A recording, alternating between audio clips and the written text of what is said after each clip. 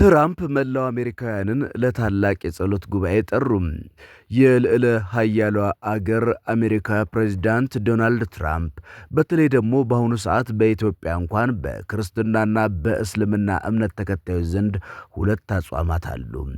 አሜሪካም መላው አሜሪካውያን ለታላቅ ጸሎት ተነሱ ስትል በዶናልድ ትራምፕ አማካኝነት ጥሪ አቅርባለች። ትራምፕ መላው አሜሪካውያንን ለታላቅ የጸሎት ጉባኤ ጠሩ። የልዕለ ኃያሏ አገር አሜሪካ ፕሬዝዳንት ዶናልድ ትራምፕ በተለይ ደግሞ በአሁኑ ሰዓት በኢትዮጵያ እንኳን በክርስትናና በእስልምና እምነት ተከታዮች ዘንድ ሁለት አጽዋማት አሉ። አሜሪካም መላው አሜሪካውያን ለታላቅ ጸሎት ተነሱ ስትል በዶናልድ ትራምፕ አማካኝነት ጥሪ አቅርባለች። ሰላም ጤና ይስጥልን። ይህ ዜና ፕላስ ነው። የዕለቱ ጉዳይ እንደሚከተለው ይቀርባል። የዶናልድ ትራምፕ አሜሪካውያንን ለታላቅ ጸሎት መጥራትና እንዲሁም ደግሞ የስደተኞችን ጉዳይ ያቀላል የተባለው የሌላኛው የአሜሪካን ግዛት ሕግን በተመለከተ ሁለቱን መረጃዎች ወደ እናንተ እናደርሳለን። እስከ ፍጻሜ አድምጡን። ፕሬዚዳንት ዶናልድ ትራምፕ እንደ አውሮፓውያን አቆጣጠር ሜይ 17 ቀን 2026 በዋሽንግተን ዲሲ በሚገኘው ናሽናል ሞል ታላቅ አገራዊ የጸሎት ስብሰባ እንዲካሄድ በይፋ ጠይቀዋል ወይም ደግሞ በይፋ አስታውቀዋል። ይህ መርሃ ግብር 250ኛ የነጻነት በዓሏን አሜሪካ በምታከብርበት ጊዜ እንደሆነም ተገልጿል። ከመላው አገሪቱ የሚመጡ አሜሪካውያን በጋራ በመጸለይ ምስጋና በማቅረብ ሀገሪቱ በእግዚአብሔር ጥላ ስር ያለች አንዲት ሀገር በመሆኗ ከመላው ሀገሪቱ የሚመጡ አሜሪካውያን በጋራ በመጸለይ ምስጋና በማቅረብና ሀገሪቱ በእግዚአብሔር ጥላ ስር ያለች አንዲት ሀገር እንደመሆኗ ዳግም እንዲረጋገጥ ጥሪ ቀርቦላቸዋል። ይህ የፕሬዝዳንቱ ፈጣሪን ለማመስገን የታለመ ታላቅ የጸሎት መርሃ ግብር በበርካቶች ዘንድ አድናቆት ተችሮታል። ብሔራዊ የጸሎት የምስጋናና የውዳሴ ኢዮቤልዩ ተብሎም የተሰየመው ይህ ታላቅ ስብሰባ የአገሪቱ እምነትና ቅርስ ለማክበር እንዲሁም አንድነትን ለማጠናከር የታለመ ነው ተብሏል።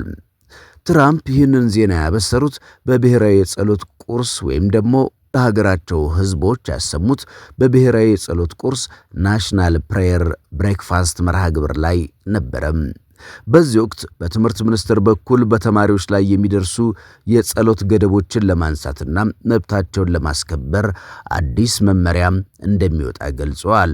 በተለይ ፕሬዝዳንቱ እምነትና ጸሎት ላይ ያላቸው ጠበቅ ያለ አቋም ብዙዎች ይደነቃሉ፣ ያደንቃሉ። ፕሬዝዳንቱን አጃይብ ምን አይነት ሰው ናቸው ይላሉ። በተለይ ፕሬዝዳንቱ ከምርጫ በኋላ ፈጣሪያቸውን ያመሰገኑበትና ያደረጉት የጸሎት ስነ ስርዓት በብዙዎች ዘንድ ትኩረት መሳቡ ይታወቃል። ይህ እርምጃቸው የሕግ ተግዳሮቶች ሊገጥሙት እንደሚችል ቢገነዘቡም ሃይማኖታዊ ነጻነትን እንደሚደግፉና የአሜሪካን መንፈሳዊ መሠረት ለማደስ ቁርጠኛ መሆናቸውን በንግግራቸው አጽንኦት ሰጥተዋል። ፕሬዝዳንት ዶናልድ ትራምፕ አሜሪካውያን ለጸሎት ተነሱ በማለት ጉባኤ መጥራታቸው ተወዶላቸዋል። ሰውየው በብዙ መንገድ አወዛጋቢ ቢሆኑም በሃይማኖት በኩል የሚያደርጓቸው እንቅስቃሴዎች በብዙዎች ዘንድ ለየት በማለታቸው ይደነቃሉ። በተለይ ሀገሪቱ በእግዚአብሔር ጥላ ስር ያለች አንዲት ሀገር እንደመሆኗ የሚለው ቃል አሜሪካ ታላቅ ብትሆንም ከሷ በላይ እግዚአብሔር መኖሩን የሚያስታውሱ ታላቅ መሪ ናቸው ተብሎላቸዋል። ትራምፕ ይህንን ዜና ባበሰሩ ጊዜ በርካቶች በደስታ በምስጋና ፕሬዝዳንቱን አንቆለባብሰዋል። በተለይ ትራምፕ ለተማሪዎችም ጸሎት እንዲፈቀድና የጸሎት ሰዓታቸው እንዲጠበቅ እንደሚያደርጉ ቃልም ገብተዋል። በሜሪላንድ የሞንጎሞሪ ካውንቲ የስደተኞችን መብት የሚያጠናክረው ሕግ ምን ይመስላል? ይህን ጉዳይ በስፋት እናነሳዋለን።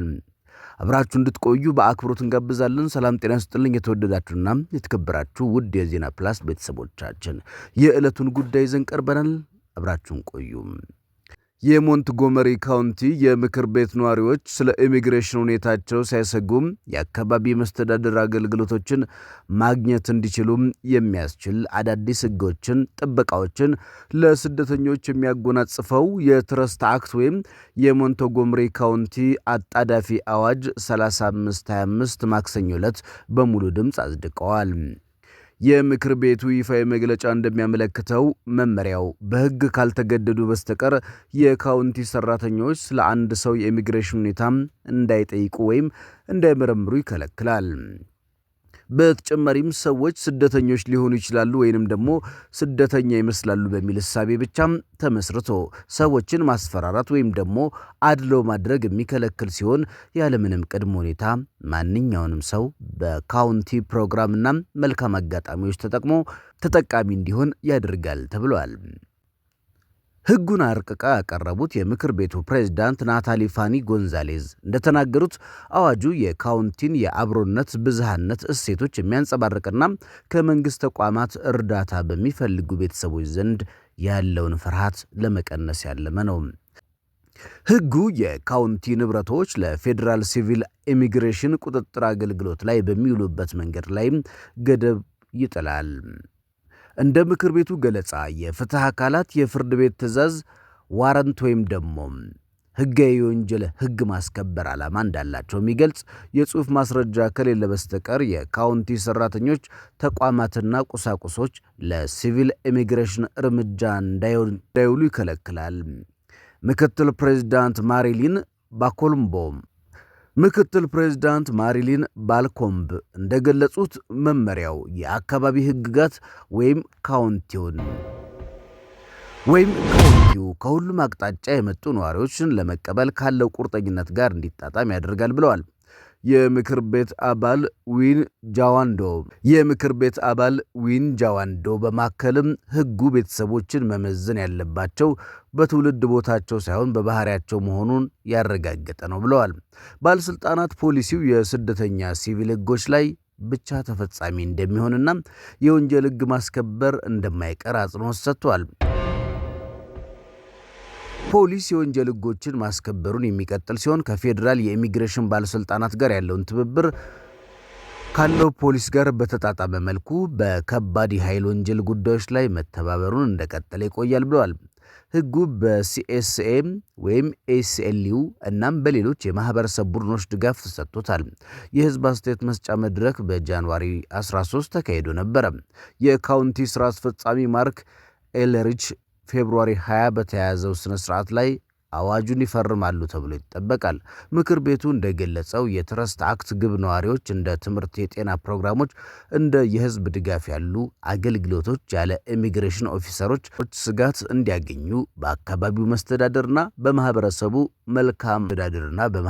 መካከል ያለውን ስምምነት ወይም ደግሞ መተማመን ያጠናክራል ተብሎ ይጠበቃል መባሉ ተገልጿል።